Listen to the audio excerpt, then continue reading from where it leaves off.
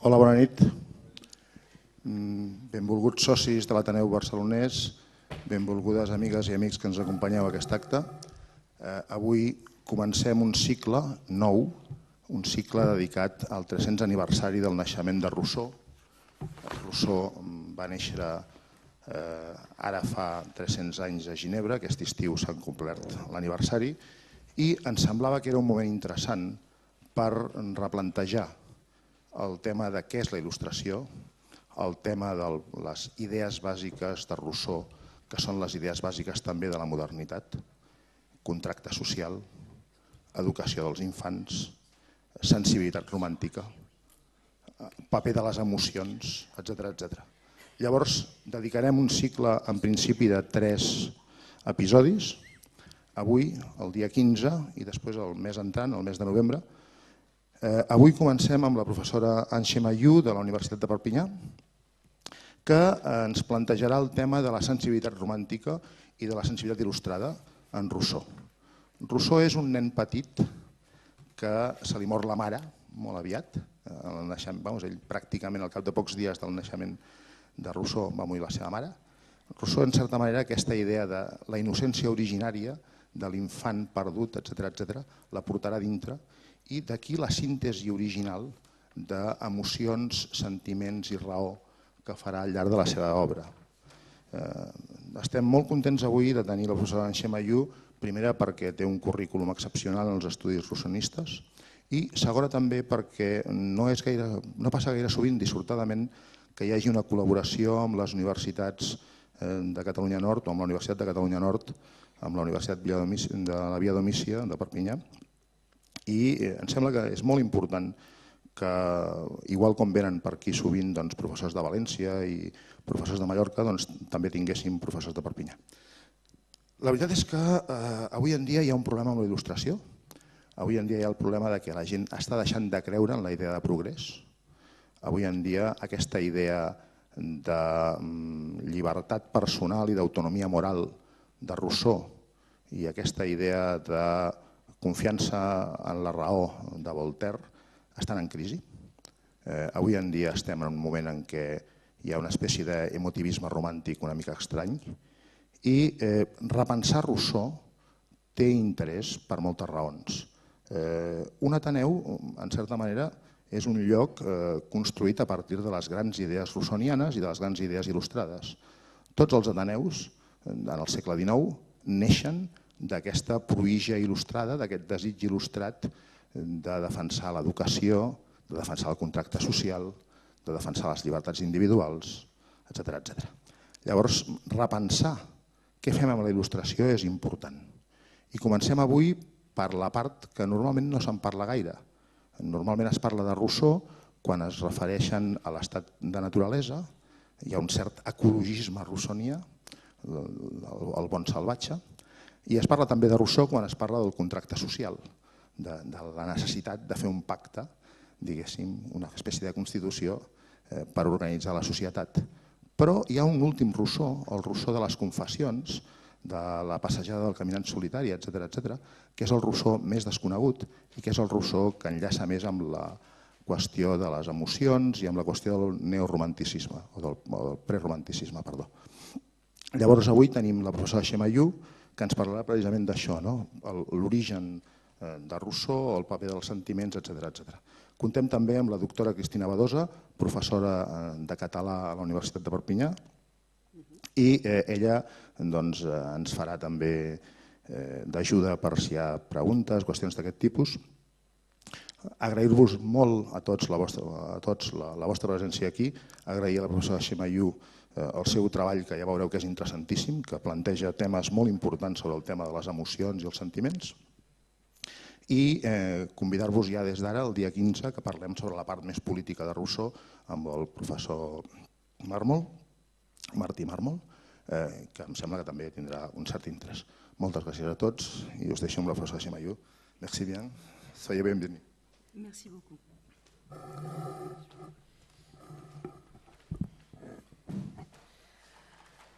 Mesdames, Messieurs, c'est un honneur et c'est un plaisir d'être parmi vous ce soir. pour continuer à fêter ce tricentenaire de la naissance de Jean-Jacques Rousseau, qui a donné lieu à beaucoup de manifestations, et je me réjouis vraiment beaucoup que Rousseau, de ce côté-ci de la frontière, suscite aussi votre intérêt, et j'espère bien être à la hauteur de cet intérêt-là.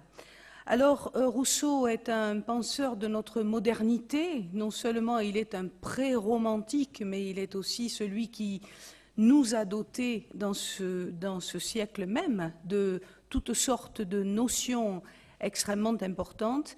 J'ai choisi, parmi d'autres possibles, la notion d'origine pour évoquer cette œuvre avec vous, parce que cette origine me semble faire le lien entre la partie philosophique de Rousseau et la partie littéraire. En effet, en général, les philosophes et les littéraires ne connaissent pas le même Rousseau. Certains ne s'intéressent qu'aux grands discours, aux grands modèles scientifiques et philosophiques de sa réflexion, et les littéraires, eux, ne s'intéressent qu'à la partie autobiographique et au roman La Nouvelle Héloïse.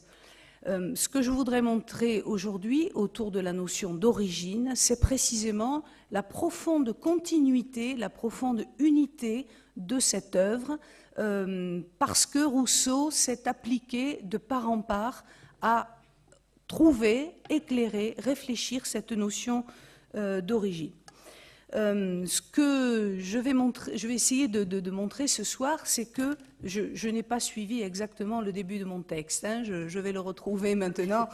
Vous allez vous raccrocher, je pense. Rousseau, lorsqu'il s'est emparé de sa propre histoire pour en faire le récit, l'a fait armé de tout un système philosophique. Ce système, il l'avait initié dans le premier discours, puis déployé et élaboré dans le second discours, et dans toutes ses autres œuvres philosophiques, ce système avait été consolidé. Eh bien, ce système place en son cœur la notion même d'origine. Penser le monde et raconter sa propre vie relève chez Rousseau du même mouvement, c'est ce que je vais essayer d'exposer ce soir.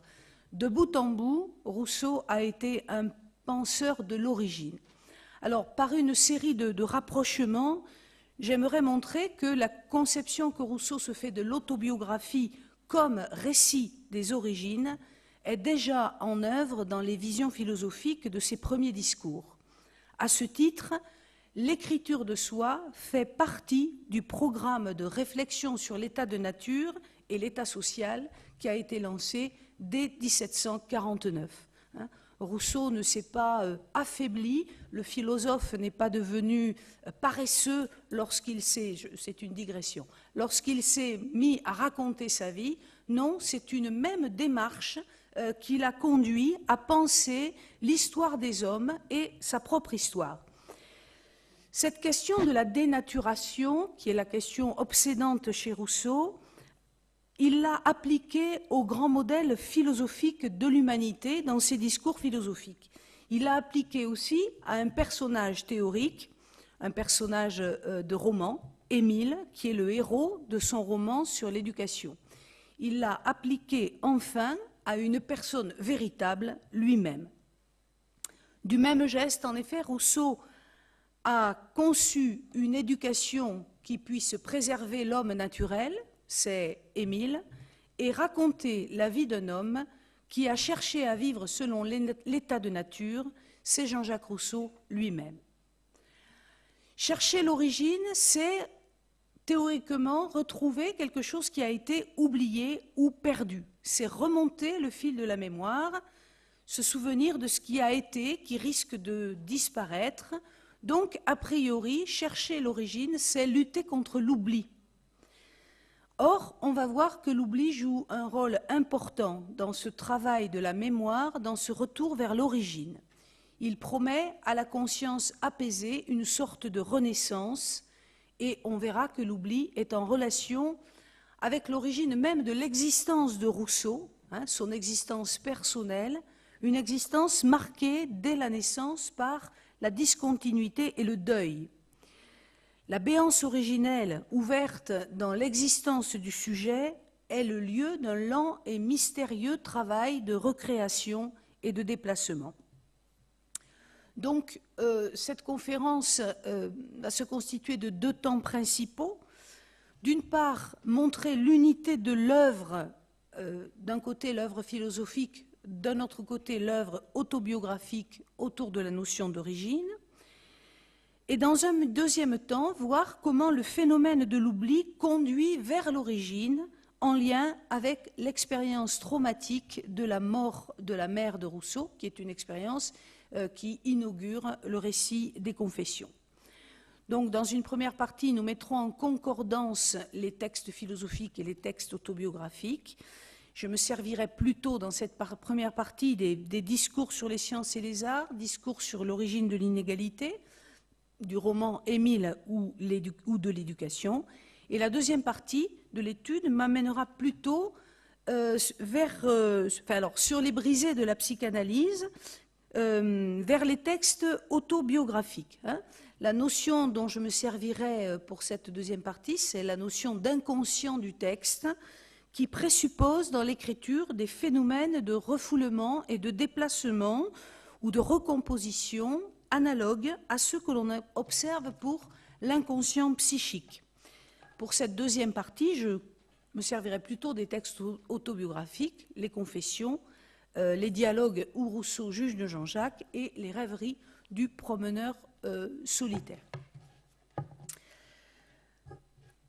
Alors, lorsqu'on évoque le titre de Rousseau, Les Confessions, on a l'impression d'un ouvrage plus psychologique que philosophique. La notion même de confession comporte une connotation morale qui paraît s'imposer. Or, pourtant, si l'on replace les Confessions dans l'ensemble de l'œuvre, il apparaît que l'autobiographie appartient, au contraire, à la pensée philosophique de Rousseau et qu'elle s'est élaborée depuis les premiers discours. En écrivant son autobiographie, Rousseau transporte dans le champ de la vie privée, de la personne privée, ce qu'il a d'abord théorisé dans le champ de la vie collective et de l'histoire des sociétés humaines.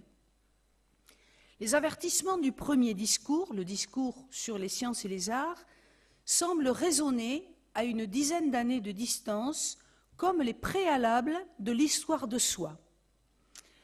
Par exemple, Rousseau remarque dans le premier discours que la société dans laquelle il vit est marquée par un nivellement et un conformisme qui écrasent le génie individuel. Il notera que cette société jette tous les esprits dans le même moule. Les institutions de son temps, les conservatismes d'une politesse mal comprise étouffent les esprits singuliers et originaux. Cette analyse politique, qu'il applique donc à la société de son temps, est transférée dans le préambule des Confessions et appliquée à la personne de Rousseau lui-même. Cette analyse lui permet de revendiquer sa propre singularité et en la proclamant, c'est la citation numéro 1 de du polycopier que vous avez pris, je pense, en entrant. Je ne suis fait comme aucun des hommes que j'ai rencontrés, j'ose croire n'être fait comme aucun de ceux qui existent. Si la nature a bien ou mal fait de jeter le moule dans lequel elle m'a jeté, c'est ce dont on ne peut juger qu'après m'avoir lu. De même, lorsque dans ce discours sur les sciences et les arts, Rousseau dresse la liste des vices qui portent atteinte à la relation sociale, il montre que la politesse est une hypocrisie qui masque des rapports de rivalité féroces entre les gens. Citation numéro 2. Plus d'amitié sincère, plus d'estime réelle, plus de confiance fondée, les soupçons, les ombrages, les craintes, la froideur, la réserve, la haine, la trahison se cacheront sans cesse sous ce voile uniforme et perfide de politesse, sous cette urbanité si vantée que nous devons aux lumières de notre siècle. Dans le premier discours, Rousseau analyse la dégradation du lien social. Or, cette analyse paraît justifier à l'avance les difficultés relationnelles que lui-même va éprouver au sein du groupe social dans lequel il va vivre et qu'il exposera dans les Confessions. S'il s'est brouillé avec ses amis, ce n'est pas pour des raisons psychologiques ou des raisons de caractère ou des problèmes de caractère, même s'il est assez sûr qu'il avait très mauvais caractère, mais au-delà de leurs enjeux apparents, les conflits interpersonnels ont des causes sociales générales. Ils sont la manifestation de la maladie du corps social que Rousseau a prophétisé dans ses premières œuvres. De même, pour la situation de Rousseau au milieu des écrivains de sa génération, pour expliquer les difficultés que Rousseau a eues avec ses confrères écrivains, il faut se reporter à un passage du second discours, le discours sur l'origine de l'inégalité, où Rousseau décrit l'état civil comme un état de guerre. L'état civil est un état de guerre. Citation numéro 3. « Ce désir universel de réputation, d'honneur et de préférence qui nous dévore tous exerce et compare les talents et les forces. Il excite et multiplie les passions et rendant tous les hommes concurrents, rivaux ou plutôt ennemis, il cause tous les jours des revers, des succès et des catastrophes de toute espèce en faisant courir la même lice à tant de prétendants. C'est à cette ardeur de faire parler de soi, à cette fureur de se distinguer qui nous tient presque toujours hors de nous-mêmes, que nous devons ce qu'il y a de meilleur et de pire parmi les hommes, nos vertus et nos vices, nos sciences, nos erreurs, nos conquérants et nos philosophes, c'est-à-dire une multitude de mauvaises choses sur un petit nombre de bonnes. » Cette analyse de l'état civil comme un état de guerre, Rousseau l'amène dans le second discours. Mais il pourra plus tard se l'appliquer à lui-même. On ne peut pas être un auteur sans entrer en rivalité avec ses confrères. L'état d'auteur est un état de guerre parce que l'état civil a exaspéré les amours-propres et créé des conflits et des concurrences entre les êtres. Rousseau ne croit pas du tout à un idéal qui est un idéal pourtant qui habite le XVIIIe siècle, qui est l'idéal d'une république des lettres. Rousseau ne croit pas du tout à cet idéal, il croit au contraire que les écrivains se déchirent férocement parce qu'ils sont en rivalité les uns avec les autres. Si donc Rousseau s'est brouillé avec Voltaire, avec Grimm, avec Diderot, ce n'est là que dans toute leur brutalité et déguisée par toutes sortes de fards, de banales haines de rivaux dont l'état social est responsable. En rapprochant le texte, on a donc bien le sentiment que Rousseau écrit depuis l'origine la justification de son existence et qu'à travers l'examen, à travers la vision de la société et des hommes qu'il propose, il a dès le début commencé l'examen de sa propre vie. Pour ces mêmes raisons, donc, la cohérence philosophique est maintenue de part en part depuis les premiers discours et jusqu'à l'écriture de l'autobiographie des Confessions. Pour ces mêmes raisons de cohérence philosophique, l'autobiographie chez Rousseau ne pouvait prendre que la forme du récit rétrospectif. Car même s'il rend hommage dans le second discours au « connais-toi toi-même » du temple de Delphes, Gnotisséoton, Rousseau ne borne pas la recherche de la vérité personnelle à une quête de la sagesse. Dans l'Antiquité, la connaissance de soi a pour but la sagesse. Pour Rousseau, il ne faut pas seulement se connaître, il faut se défaire. Il faut démonter la toile pesante des habitudes et des opinions, toutes ces habitudes et ces opinions qui sont créées à tort par l'état social. Il faut démailler la chaîne des illusions et des impostures, il faut retrouver l'être premier, l'être originel. qu'on se souvienne que le premier conseil de Rousseau dans Émile, c'est de démailloter les enfants, hein, de laisser les enfants nus sans les langes qui les contraignaient. Rousseau ne s'est pas contenté d'un portrait de lui-même. Il ne s'est pas peint, il s'est raconté. Le récit est le récit rétrospectif parce qu'il saisit un être dans son histoire, dénoue les chevaux des causes et des effets et il offre l'unique chance de renouer contact avec l'origine défigurée. En engageant la connaissance de soi sous cette forme, l'histoire d'une vie, Rousseau peut prétendre relever en lui les vestiges de l'homme naturel. Pour reconquérir cette origine que l'état social nous a fait perdre, il faut combattre. Hein, ce retour à l'origine, c'est vraiment une posture de combat. De nombreuses formules témoignent des difficultés que Jean-Jacques lui-même a dû vaincre pour résister au mouvement de dénaturation qu'impose la société. C'est le 9 avril 1756 que Rousseau a décidé de changer de vie, de quitter la ville et les occupations mondaines pour aller vivre à la campagne et surtout pour aller vivre de son travail. C'est ce qu'on appelle sa réforme.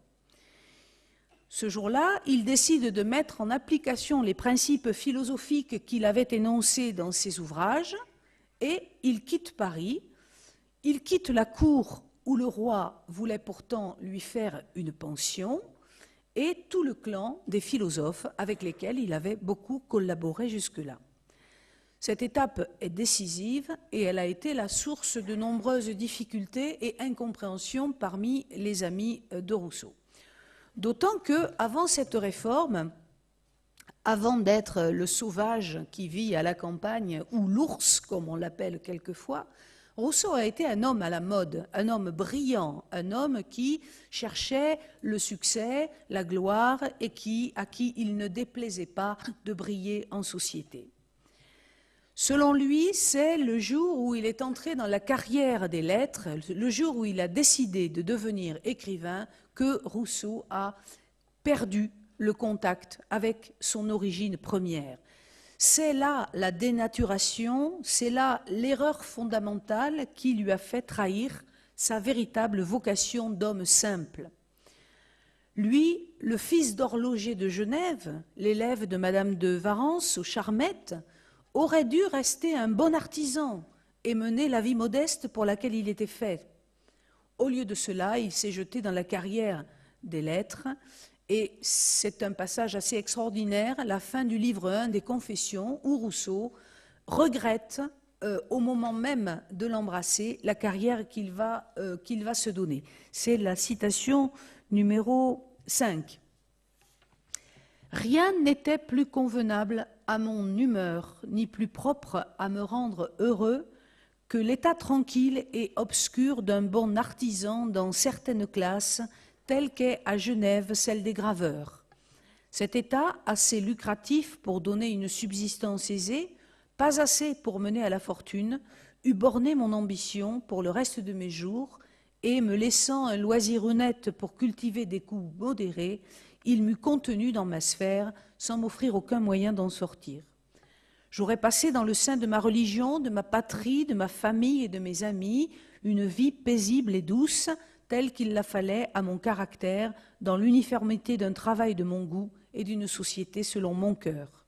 J'aurais été bon chrétien, bon citoyen, bon père de famille, bon ami, bon ouvrier, bon homme en toutes choses. J'aurais aimé mon état, je l'aurais honoré peut-être, et après avoir passé une vie obscure et simple, mais égale et douce, je serais mort paisiblement dans le sein des miens. » Quand on connaît un peu la vie tumultueuse de Rousseau, on voit en effet que ce qu'il a vécu est très très loin de ce tableau paisible qu'il a rêvé. Alors ces regrets que nous entendons dans l'autobiographie sont conformes exactement à l'analyse du premier discours qui, dès 1750, accusait les sciences et les arts d'être responsables du malheur des sociétés. Rousseau pense être l'exemple vivant de ce malheur que les sciences et les arts apportent à l'homme. C'est un paradoxe stupéfiant si l'on songe que l'un des plus célèbres philosophes de son temps, celui qui a suscité le plus de polémiques, dont les ouvrages ont suscité le plus de passion, c'est un paradoxe qu'il puisse regretter de ne pas être resté un obscur artisan à Genève. Nous avons là un de ces paradoxes, en fait, qui résulte de l'analyse que Rousseau fait de la vie sociale. Finalement, lorsqu'il quitte le monde des lettres, lorsqu'il quitte Paris, Rousseau cherche à retrouver l'état originel dont il n'aurait pas dû partir. Il fuit la ville, il devient copiste de musique, il va vivre en recopiant des partitions de musique, lui qui est un bon musicien, et il tente ainsi de coïncider avec son origine. Cette conquête est comme une longue ascension, une démarche de renoncement, d'abstention, dont on va voir les évolutions des confessions aux rêveries du promeneur solitaire. Rousseau a quitté le monde, il a cherché à rejoindre la vérité intérieure. Ses amis, ses anciens amis, l'appelaient alors l'ermite ou l'ours. Mais l'ermite est un mot qui nous intéresse parce que la démarche de Rousseau s'apparente à une certaine forme d'ascèse religieuse. Dans ces conditions, le bonheur tel qu'il l'obtient est une sorte d'abstraction obtenue par le détachement, par le dépouillement, et par une certaine forme de pauvreté d'ailleurs, matérielle. Rousseau a connu, vers la fin de sa vie, de vraies difficultés économiques parce que lorsqu'il n'a plus pu travailler à ses copies de musique, les ressources que lui donnaient ses livres étaient à peine suffisantes pour qu'il puisse vivre dignement. Alors, on a rapproché cette démarche de renoncement de Rousseau, ce cheminement vers l'abstraction, le renoncement, de ce qu'on appelle la théologie négative, illustrée par les courants spirituels du pseudo-Denis, de Marguerite Porrette ou surtout de Maître Eckhart, qui est le plus connu de ces maîtres spirituels. Pour ces théologiens, il n'est de possibilité de connaître Dieu qu'en retranchant tout ce qui peut être dit de lui, puisque on ne peut pas le définir, lui qui est l'indéfinissable et l'inconnaissable. Cette idée du retranchement, on l'a appliquée à Rousseau. On a fait une comparaison avec ces formules de la théologie négative, parce que chez Rousseau, c'est par une série de propositions ou de situations négatives que peut advenir, vers la fin de sa vie, l'homme originel. Le retour à l'origine suppose l'abstraction. Tout à l'heure, nous parlions de démailloter les enfants. Il faut enlever, en fait, ce vêtement que la vie sociale nous a collé sur la peau. Dans les rêveries du promeneur solitaire, le dernier ouvrage de son existence, Rousseau se dépeint seul et nu, enfin démailloté lui aussi, dans une nudité qui est celle d'Adam plutôt que celle de Robinson Crusoe, auquel on le compare quelquefois. Il est ainsi devenu l'homme non de la privation, mais de la négation. La fameuse ouverture de la première promenade des rêveries ouvre ce thème. « Me voici donc seul sur la terre, n'ayant plus de frères, de prochains, d'amis, de société que moi-même. » On entend souvent cette ouverture comme le cri d'un désespéré. Il n'en est rien. Il faut l'entendre en fait comme un cri de victoire. Rousseau, bien aidé, il est vrai, par les circonstances, a enfin réalisé le programme qu'il a rêvé depuis toujours, le programme qu'il a mis au point dans les mêmes termes depuis les deux premiers discours. L'homme originel, seul, sans frères, sans prochains, sans amis, sans société autre que lui-même. Devenir l'homme de la nature, l'homme des origines. Et Rousseau se peint sans adresse, sans art, sans dissimulation, sans prudence dans les rêveries. Si on compare avec les tableaux de l'homme dans le discours sur l'origine de l'inégalité, l'homme de la nature possède les mêmes absences d'attributs que Rousseau, parvenu à cet état originel dans la fin de sa vie.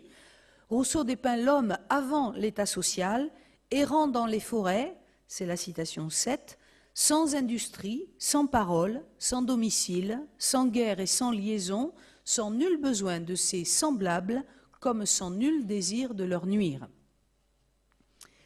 Ainsi, en décrivant Rousseau comme un homme absolument délié de toute relation sociale, libre et indépendant, retranché de la société, la première promenade des rêveries du promeneur solitaire décrit non pas un échec, mais un accomplissement, même si la tonalité est élégiaque, tragique, je suis seul, je suis désespéré. En réalité, cette solitude totale, c'était pas vrai, c'était pas exactement vrai. Plein de philosophes continuaient à venir voir Rousseau, plein de gens cherchaient à le rencontrer. Mais enfin, il y avait ce geste, cette démarche de la solitude cherchée.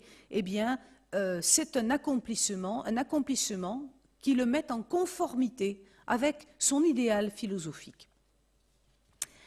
Dans ce bonheur obtenu dans la solitude, l'oubli joue un rôle primordial. Il intervient comme un suspens de la conscience.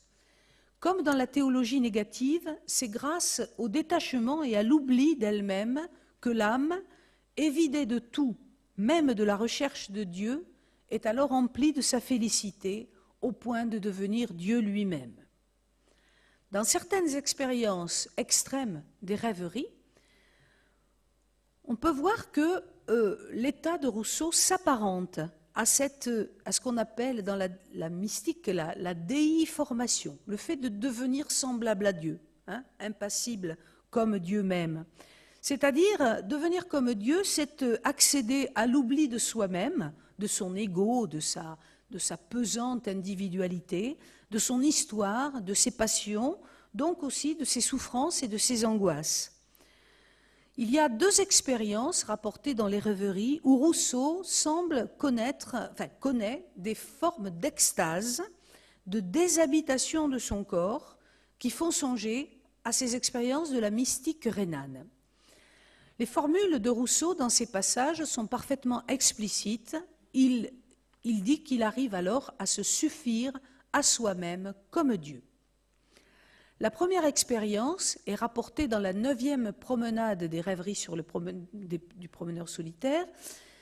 C'est ce très célèbre passage où Rousseau rapporte qu'il monte en barque sur le lac de Bienne et il se laisse dériver sur l'eau jusqu'à connaître une forme d'extase qui porte le rêveur jusqu'à une plénitude où le sujet se possède en se perdant.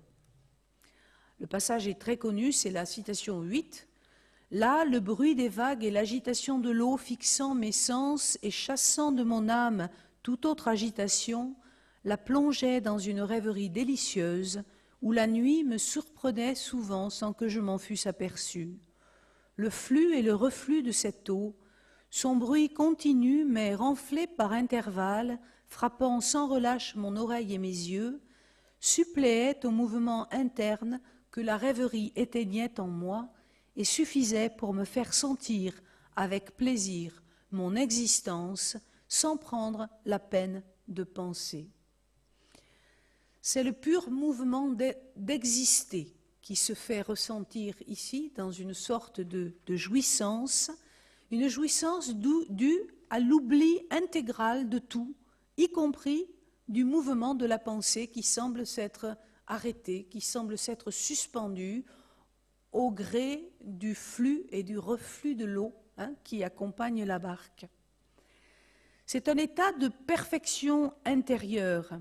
Et une autre expérience dans les rêveries, une autre expérience peut s'apparenter à cette forme d'extase dans laquelle l'oubli conduit au sentiment originel de l'existence pure.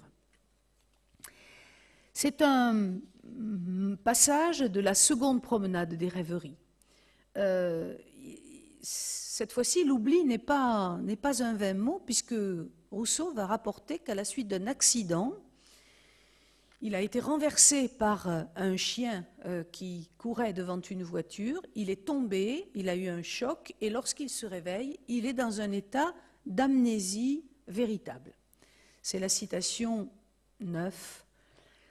La nuit s'avançait, donc c'est au moment où il ouvre les yeux, des passants sont venus à son secours parce qu'il a perdu connaissance, il a perdu un peu de sang, et voici ce qu'il éprouve lorsqu'il ouvre les yeux. La nuit s'avançait, j'aperçus le ciel, quelques étoiles et un peu de verdure.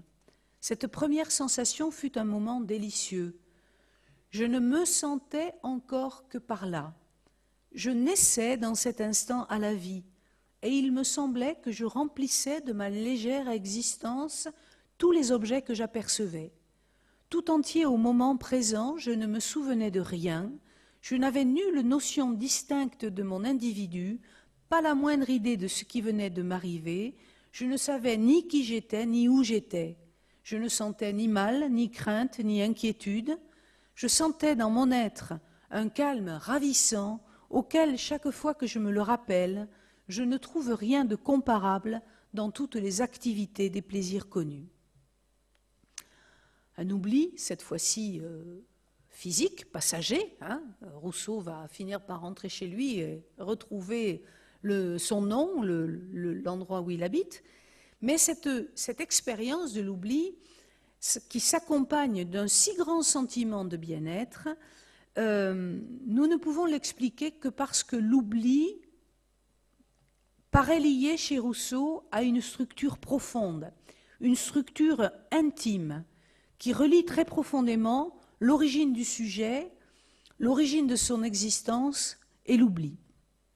Alors pour le montrer complètement, il faudrait plus de temps que je n'en ai, et Dieu sait que j'abuse déjà de votre patience, mais je vais tenter de montrer que tout ce qui se joue dans la vie personnelle de Rousseau, qui remonte à son origine, à son enfance même, a eu des conséquences déterminantes sur les positions imaginaires et morales de l'écrivain, et même sans doute sur cette importance de la notion d'origine qui a fait de lui, en particulier, le grand penseur que nous connaissons.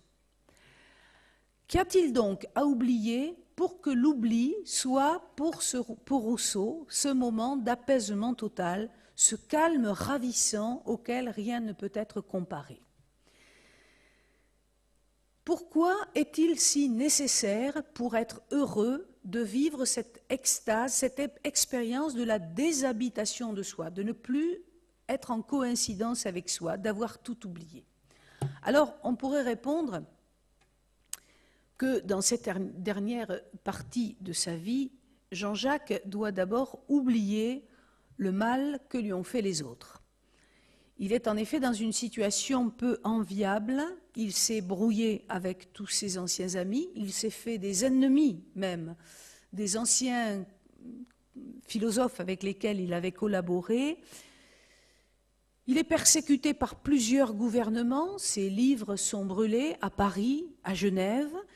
Il est sous mandat d'arrêt, il a dû fuir en Angleterre. C'est un philosophe en situation d'urgence et en situation extrêmement difficile. On pourrait dire qu'il y a là assez de soucis, assez de tourments pour comprendre que c'est par l'oubli que le personnage va accéder au bonheur. Mais ne peut-on pas aller plus loin?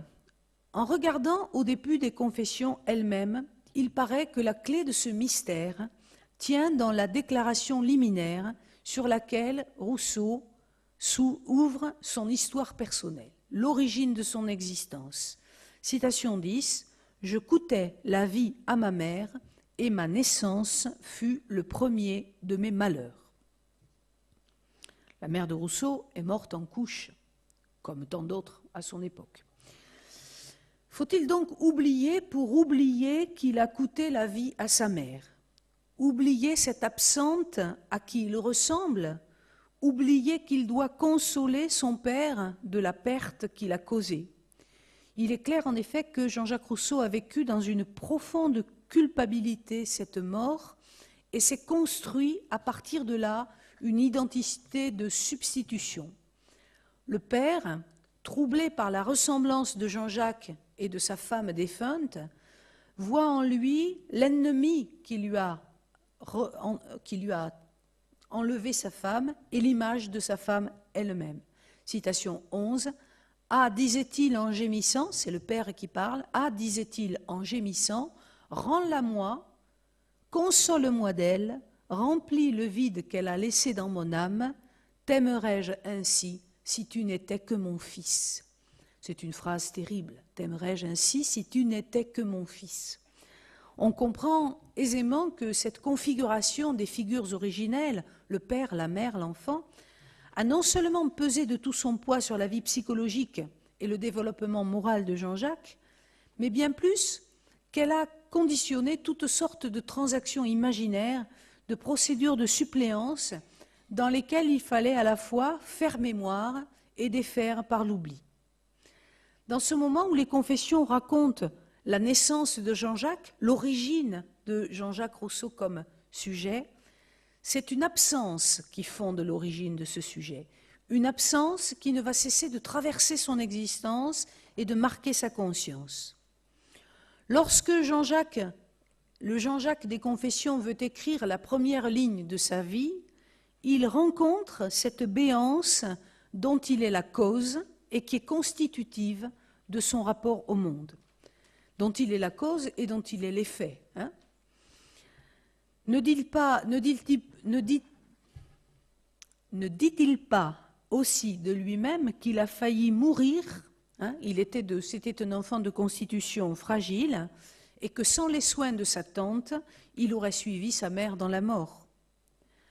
Hanté par un fantôme, placé entre la vie et la mort, entre l'origine et l'oubli, l'existence de Jean-Jacques dérive de cette blessure première du deuil, deuil de la mère, deuil en soi, de ce traumatisme selon la formule de Lacan, qui joue avec le mot traumatisme et avec l'idée du manque, du trou, le traumatisme.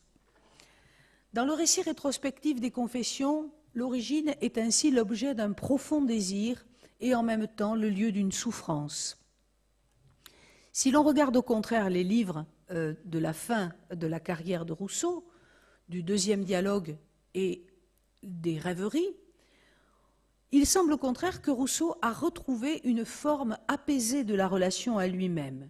Il se présente d'ailleurs comme étant redevenu enfant, c'est-à-dire ayant coïncidé avec son origine. Voici l'un des éléments de cet autoportrait de Jean-Jacques, citation 12. Il parle de lui à la troisième personne dans les dialogues. « Tandis que son corps vieillit et se casse, son cœur reste jeune toujours. Il garde encore les mêmes goûts, les mêmes passions de son jeune âge, et jusqu'à la fin de sa vie, il ne cessera d'être un vieux enfant, un vieux enfant. » Par la vieillesse, c'est une expérience humaine commune, je crois, on renoue avec son enfance. Que fait ce vieux enfant de Rousseau ? Il s'amuse, il se distrait, il chante. Citation 13. Sa douleur perd ainsi sa sécheresse et lui fournit à la fois des chants et des larmes. Dans les rues, il se distrait des regards insultants des passants en cherchant des airs dans sa tête. Plusieurs romances de sa façon, d'un chant triste et languissant, mais tendre et doux, n'ont point eu d'autre origine.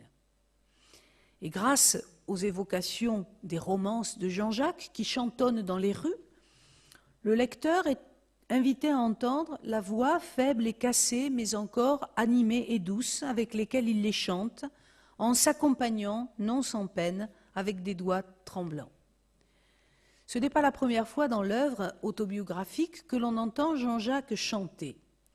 Dans l'un des tout premiers livres des Confessions, il se dépeint vieux radoteur, rongé de soucis et de peines, marmottant des petits airs d'une voix cassée et tremblante. À ce moment-là du récit, Rousseau évoque celle qui lui a servi de mère, sa tante, la tante Suzon, sœur de son père, une femme jeune encore qui s'est occupée de lui et qui l'a élevé en l'absence de sa mère. Cette tante Suzon avait comme passe-temps favori de chanter, et elle a bercé l'enfance de Jean-Jacques Rousseau, de ses chansons, de ses romances, des chansons qui ont laissé dans son cœur une empreinte ineffaçable. Devenu vieux, il les marmotte, c'est-à-dire que vieil homme et vieil enfant en même temps, il les répète comme un marmot, puisque marmotter, c'est parler comme un marmot, comme un petit enfant. Ce marmot qu'il redevient comme du temps où, assis ou debout à côté d'elle, il écoutait chanter sa jolie tante Suzon.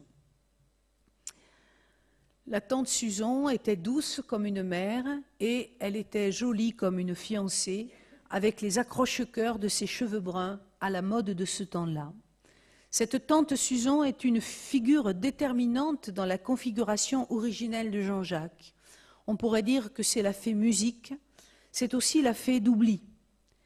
Celle qui chantait avec un filet de voix fort douce occupe en effet la double place de la mère absente et du premier objet de désir.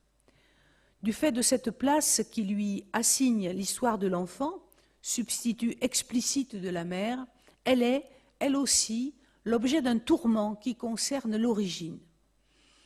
En effet, à peine évoquée la passion pour la musique que les chansons de tante Suzon ont fait naître, puisque Rousseau, qui a été un musicien très célèbre avec le devin du village, est convaincu que c'est sa tante Suzon qui lui a communiqué l'amour de la musique parce qu'elle chantait tout le temps auprès de lui.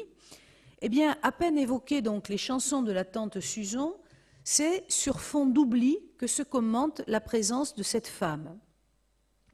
Rousseau dit qu'il se souvient de plusieurs des chansons de la tante Suzon.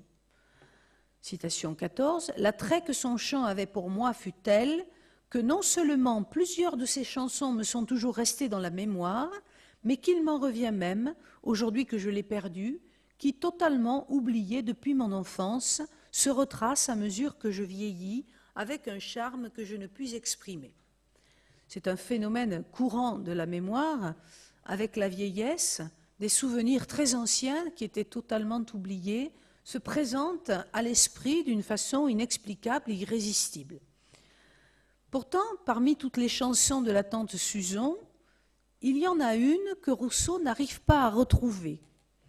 C'est pourtant la chanson qu'il préférait, dont il n'arrive pas à se déprendre, au point qu'elle obsède son esprit. Cette chanson, oubliée, apparaît dans le texte sous la forme d'une page incomplète, une page trouée. Tircis, je n'ose écouter ton chalumeau sous l'ormeau, car on cause déjà dans notre hameau. Puis vient un vers dont il ne se souvient plus, puis un bout de vers, un berger, s'engager, sans danger, et toujours l'épine est sous la rose. C'est une chanson dans le style de la pastorale, mettant en jeu des bergers, et évidemment des serments d'amour, etc. Bon. De cette chanson, il ne reste que la première strophe. Rousseau ne se souvient que de la première strophe. Curieusement, alors qu'il voudrait remonter jusqu'à l'origine du souvenir qui constitue pour lui l'origine de sa passion pour la musique, Rousseau ne rencontre le texte qu'il aime pourtant entre tous, le texte bien-aimé, que sous la forme du fragment. La romance préférée de Jean-Jacques lui est bien revenue tout entière quant à l'air, écrit-il, mais la seconde moitié des paroles s'est constamment refusée à tous ses efforts pour se la rappeler. Au moment de citer cette chanson, Rousseau reproduit sur la page l'oubli des lignes qui manquent et laisse ainsi le texte avec ses trous, avec ses silences intérieurs. Toujours l'épine est sous la rose, c'est le dernier vers de la chanson. Peut-on rêver plus belle image du travail de l'inconscient?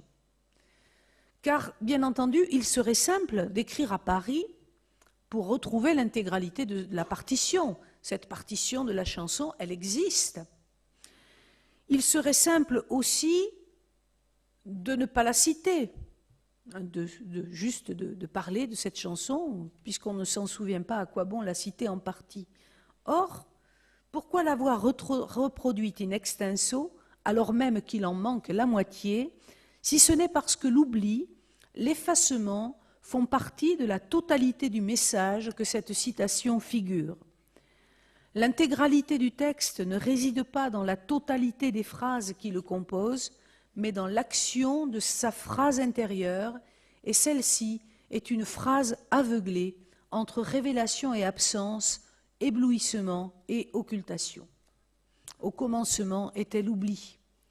Pour la chanson de Tante Suzon, un signe corporel manifeste le spasme de la conscience prise dans le conflit de son origine. Ce sont des larmes. Au moment où la mémoire s'efforce de rappeler la chanson sans succès, un flot d'émotions est tout à coup libéré. L'émotion surgit là où la raison se heurte à l'impuissance du souvenir conscient. Citation 16. « Je cherche où est le charme attendrissant que mon cœur trouve à cette chanson.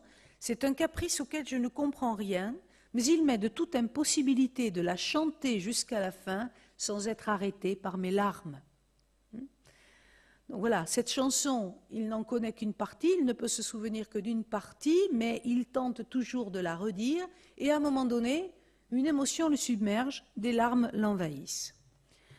Les contradictions que génère la nécessité intérieure de redire les lignes trouées du souvenir se traduisent donc par un symptôme, des larmes qui sont celles du deuil dans l'origine, celles du deuil de l'origine. L'origine qui ne peut être retrouvée que sur le mode fragmentaire de la page incomplète, du miroir brisé, des recompositions et des transferts qu'opère l'écriture de soi. Finalement, la contradiction que représente la quête et conjointement le refoulement de l'origine ne peut se résoudre que dans une musique dont la poésie porte à travers les années les inflexions des voix aimées venues se confondre avec celles de l'autobiographe. La question de l'origine dans le champ des écritures de soi se révèle donc pleinement matricielle. Si l'origine est le modèle structurant auquel Rousseau soumet le récit de sa propre vie, elle agit sous les deux formes contradictoires du surgissement du souvenir et du refoulement de l'oubli. Obsédante comme une chanson dont seul l'air est demeuré, source de jouissance et de larmes, la question de l'origine touche chez Rousseau au drame inaugural d'une existence coupée de sa source. L'absence de la mer sur laquelle s'ouvre le récit de vie a donné lieu à des compositions de suppléance ou de transfert, à des glissements ou des superpositions de figures et de symboles dont on peut voir les effets dans les textes. Faute de temps, je n'ai pu en montrer que quelques-uns, mais il y a d'autres textes dans lesquels on verrait ce travail très paradoxal de l'oubli et du souvenir avec des effets d'effacement, de superposition. Ces phrases intérieures donnent aux écrits de Rousseau ces accents de passion essentiels dans sa théorie linguistico-musicale telle qu'il les développe dans l'essai sur l'origine des langues.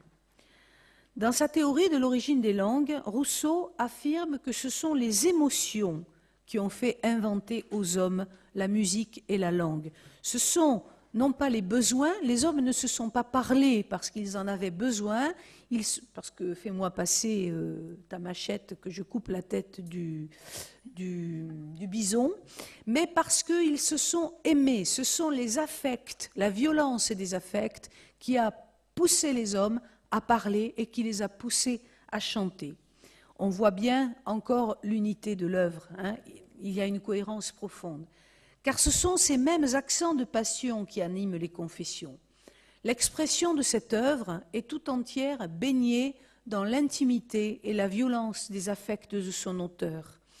Il n'y a pas deux Rousseau, il n'y a pas l'intimiste narcissique qui raconte sa vie, d'un côté, avec les confessions et les rêveries, et de l'autre, le philosophe brillant qui pense la société des hommes. Il n'y a qu'une pensée, qu'une énergie, qu'une sensibilité. Et chez Rousseau, pensée et sensibilité sont une seule et même chose. Lorsque Rousseau écrit sa vie, il le fait armé de sa vision philosophique de l'origine. Et lorsque Rousseau, philosophe, établit ses grands systèmes ou met au point sa théorie, il le fait en se nourrissant de sa propre vie. Le dernier exemple que nous allons en donner, c'est un exemple tiré d'un livre qui n'est pourtant pas un livre autobiographique, c'est un dictionnaire. Son dictionnaire de musique. Rousseau a publié un grand dictionnaire de musique. Et dans ce dictionnaire de musique, il y a un article, à l'article « romance ». Les romances étant ces chansons dont nous avons déjà parlé. Souvenons-nous que la chanson de la tante Suzon, Tircis, Je n'ose, etc., était une romance. Voici l'article du dictionnaire de musique. Une romance bien faite, n'ayant rien de saillant, n'affecte pas d'abord, mais chaque couplet ajoute quelque chose à l'effet des précédents, l'intérêt augmente insensiblement, et quelquefois on se trouve attendri jusqu'aux larmes, sans pouvoir dire où est le charme qui a produit cet effet. C'est un article de dictionnaire, sa rhétorique est définitoire, c'est une définition. Normalement, dans un article de dictionnaire, il n'y a pas d'épanchement personnel. Or, Rousseau laisse monter à la surface l'une de ses émotions, que j'appelle l'une de ses phrases intérieures, liées à l'origine de soi, liées au souvenir, à la petite enfance, à la jolie tante Suzon, qui chantait ces romances qu'il ne peut toujours pas rechanter sans être ému jusqu'aux larmes. N'est-ce pas là l'aveu de l'expérience la plus intime, ramenant la conscience de soi à un filet de voix infiniment perdu et retrouvé, à la musique des absences dont Rousseau a tiré l'origine de sa propre mélodie?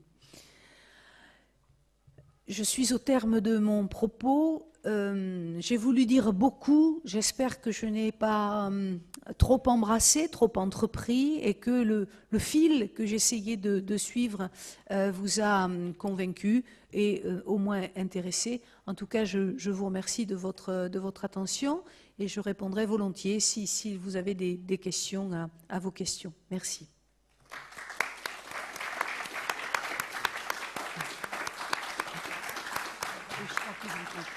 Oui, c'est bon. D'accord. Tant mieux, tant mieux. Sí, sisplau. Ja ve un moment que porten el micro.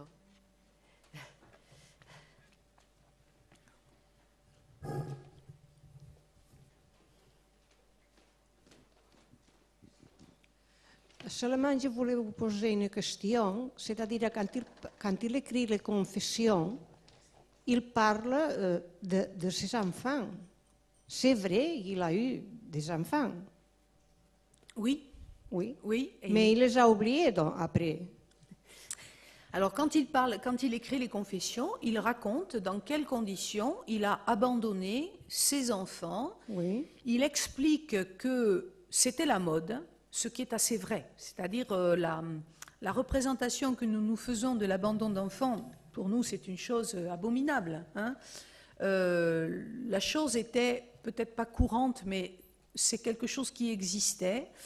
Et Rousseau explique qu'il a abandonné ses enfants parce qu'il estimait qu'il n'était pas en situation de les élever convenablement. Voilà, donc oui, c'est vrai, il y a petit à petit, Rousseau va vivre cela comme une faute qu'il a commise. Et il va être très rongé par le remords. D'autant que la chose, il n'avait confié ce secret qu'à deux intimes. Or, un jour, un texte va paraître qui s'appelle « Sentiments des citoyens » qui va révéler au public que Rousseau a abandonné ses enfants. Ce texte, c'est Voltaire qui l'a écrit. Rousseau n'a jamais su que c'était Voltaire, il a toujours pensé que c'était quelqu'un d'autre, mais c'est Voltaire qui l'a écrit.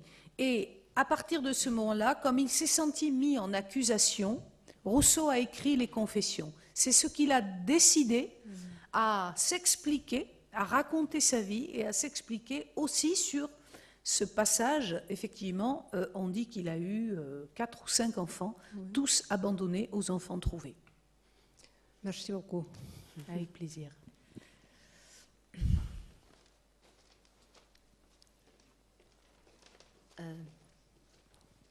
Ah, d'accord, non, beaucoup mieux. Bonsoir. Bonsoir, monsieur. Votre exposition, il était vraiment archéographique parce que peut-être il a manqué les conditions en que Voltaire il a trahi beaucoup de ses amis, que l'on a aidé beaucoup.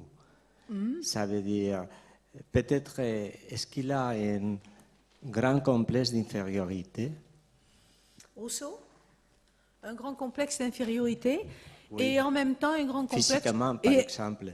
et en même temps un grand complexe de supériorité. C'est-à-dire c'est quelqu'un qui est tiraillé entre ces deux. Mais et physiquement, il était plutôt joli garçon. Physiquement, il était pas mal, Rousseau. Si, il était pas mal. Mais il est partagé, c'est-à-dire son complexe d'infériorité vient aussi du fait de son origine sociale. Hein. Alors, il est à la fois extrêmement fier d'être fils de républicains genevois, puisqu'il est citoyen de Genève, c'est une très grande fierté, mais cette fierté, lorsqu'il entre dans l'espace monarchique de la France, ne lui sert à rien. Il découvre un monde où ne comptent en fait que les titres, que les honneurs. Et donc, il va se sentir parfois déclassé. Il se sent aussi en situation d'infériorité parce qu'il est atteint d'une très grande timidité et que lorsqu'il est en société, il dit qu'il ne sait pas vraiment parler.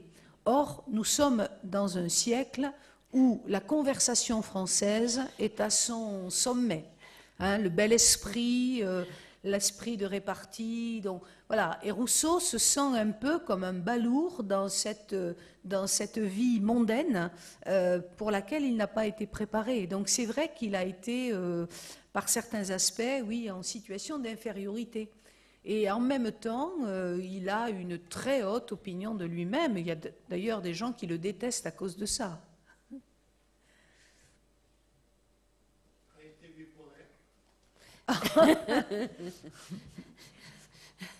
Non, je pense que s'il avait eu une tendance psychiatrique, ce sera plutôt la paranoïa. Hein, parce que certainement, il a été, dans la fin de sa vie, très obsédé par l'idée que des complots s'étaient montés contre lui, ce qui n'est pas tout à fait faux, parce que Rousseau a réussi cette chose extraordinaire de mettre tout le monde contre lui. Hein. Il a mis contre lui les jésuites, les jansénistes, les philosophes, les croyants, les incroyants. Il a eu... voilà, ses positions religieuses étaient beaucoup trop religieuses pour les philosophes et pas assez cléricales pour les religieux. Donc il s'est collé à dos beaucoup d'ennemis, ce qui fait qu'il a commencé à développer une forme de crise, en fait, hein, qu'il analyse comme ça, de paranoïa, plutôt que de bipolarité.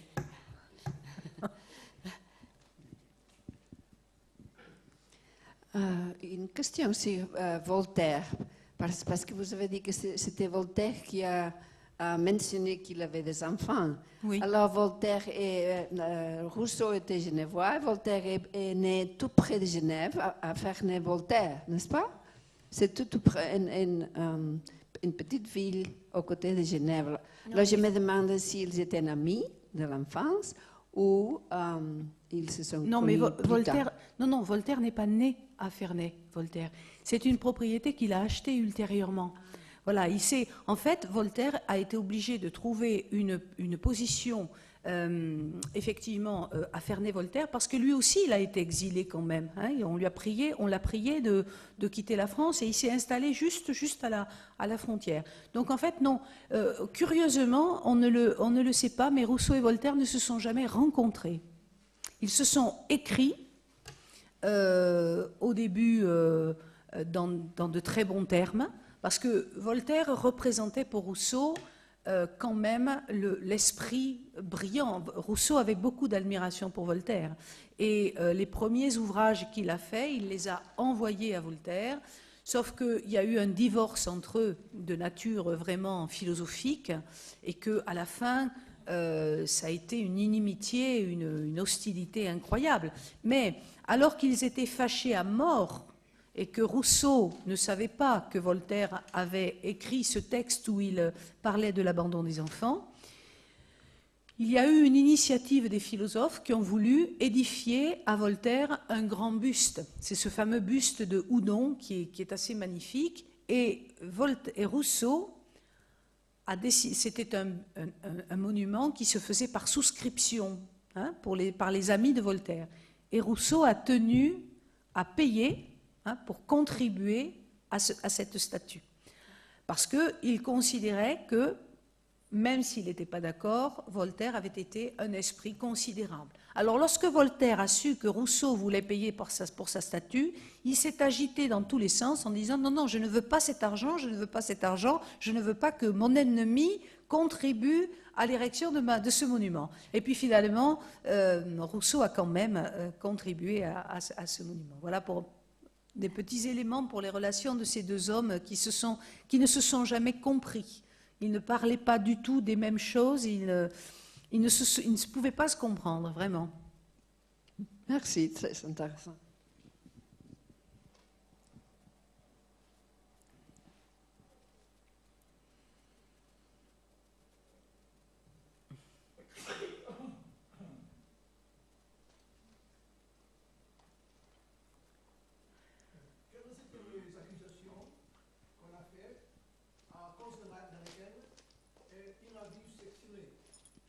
Alors, c'est une question très vaste que vous me posez. Alors, les livres qui ont été condamnés sont le contrat social, parce qu'il était évident que cette vision politique était en contradiction complète avec l'état monarchique dans lequel il se trouvait. Émile ou de l'éducation, parce que ce texte contenait un texte qui s'appelle la profession de foi du vicaire savoyard, qui est un passage dans lequel Rousseau fait le point sur sa situation religieuse.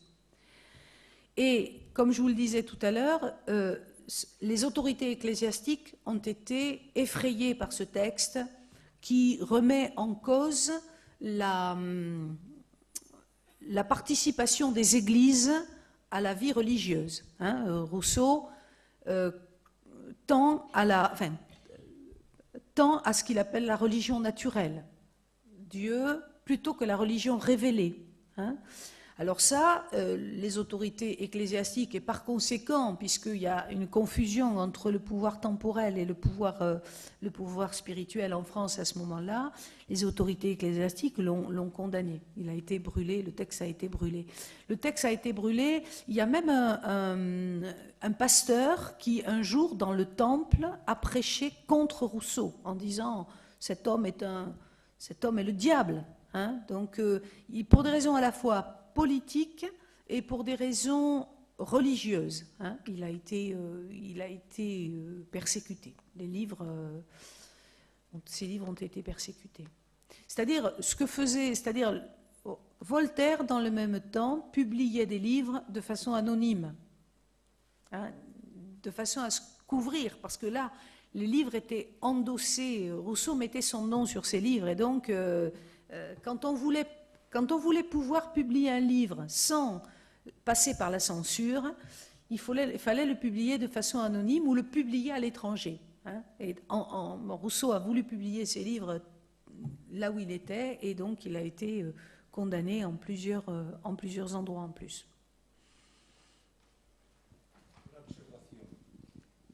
Una observación. ¿Puede usted pensar que no todos sabemos francés? Je ne sais pas. Je ne sais pas. Si je pense qu'ils ne savent pas le français? Non, non, au contraire, que vous ne pensez pas qu'il y a peut-être des gens qui ne savent pas le français, c'est ça? Sí, pero no puedo hablar en español todo este texto y en catalán no lo hablo. Sí, pero si quiere lo puede empezar otra vez en español, ¿no?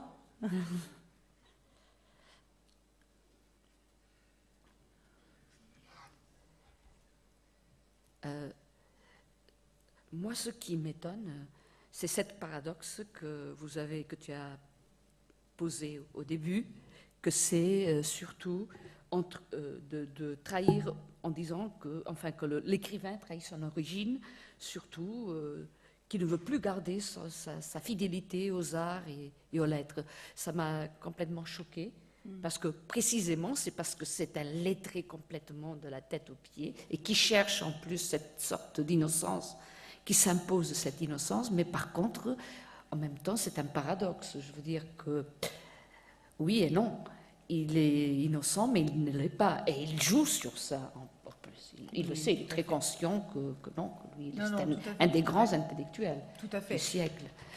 Tout à fait, d'autant que s'il avait été conséquent absolument avec lui-même, il aurait fallu qu'il renonce à écrire. Voilà. Or, il a quand même continué à écrire. Más fuerte. C'est bon, j'approuve, je n'ai pas de commentaire à faire à ce qu'a dit Cristina.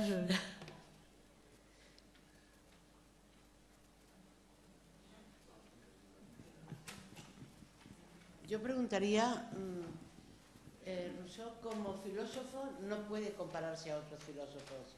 En un tratado de filosofía que hubiera una selección no entraría Rousseau. Es más como un pedagogo o como unas nociones que luego dieron lugar pues a otros tratamientos pedagógicos tipo Montessori y algunas otras, porque siempre se hace referencia a Rousseau en las escuelas. Más en tratados pedagógicos, digamos, aparece más Rousseau que en filosófico. A mí me ha asombrado que se hable tanto de filosofía, lo he visto muy interesante, pero no pensaba que tuviera consideración filosófica. Me parece una persona más bien como que delira muchas veces por sus problemas o sus traumas. Le falta...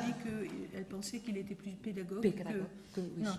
Por eso, es porque había en el siglo XX algunas teorías que se inspiraban de las obras de Rousseau, por ejemplo, Montessori, etcétera, pero que no, perdona, no será lo que será. Sus obras políticas han inspirado los textos republicanos de la República Francesa. Fue el filósofo de nuestra República en Francia, por el mejor y el peor.